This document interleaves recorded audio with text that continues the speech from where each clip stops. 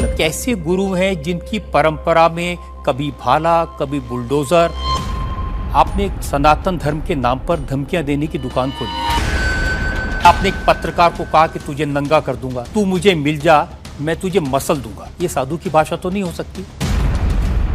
जिन साईं बाबा को करोड़ों लोग मानते हैं, उनकी पूजा करते हैं, उनके मंदिरों में लाखों लोग जाते हैं, उनके बारे में इस तरह की भाषा, ये लाइसेंस आपको किसने दे दिया? बागेश्वर धाम आने से लोगों का इलाज हो जाता है, फिर आपको कैंसर हॉस्पिटल बनाने की क्या जरूरत है? मैं तो सोच रहा था कि आपको पहले से पता होगा कि मैं क्या पूछने वाला हूँ। आप कहते हैं कि मैं अब बुलडोजर खरीदने वाला हूँ, हिंदुओं एक हो जाओ, पत्थर मारने वालों पर बुलडोजर चलाओ।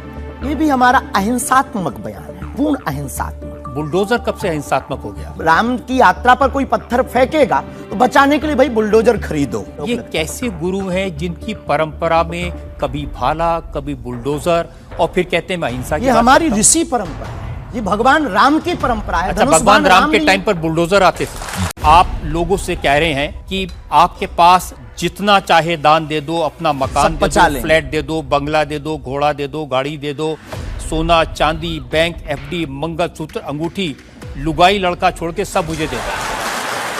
हम लेते हैं, कोई अगर देता है तो स्वीकार करते गुरु के नाते। हम उस परंपरा से हैं जहां अंगूठा तक दान गुरु को दे दिया जाता है, हम भी लेते हैं। तो आपने क्या क्या लीलाएं की हैं? कोई ऐसी लीला नहीं की जिसमें हम फंसे, लेकिन आपकी अदालत में आए हैं।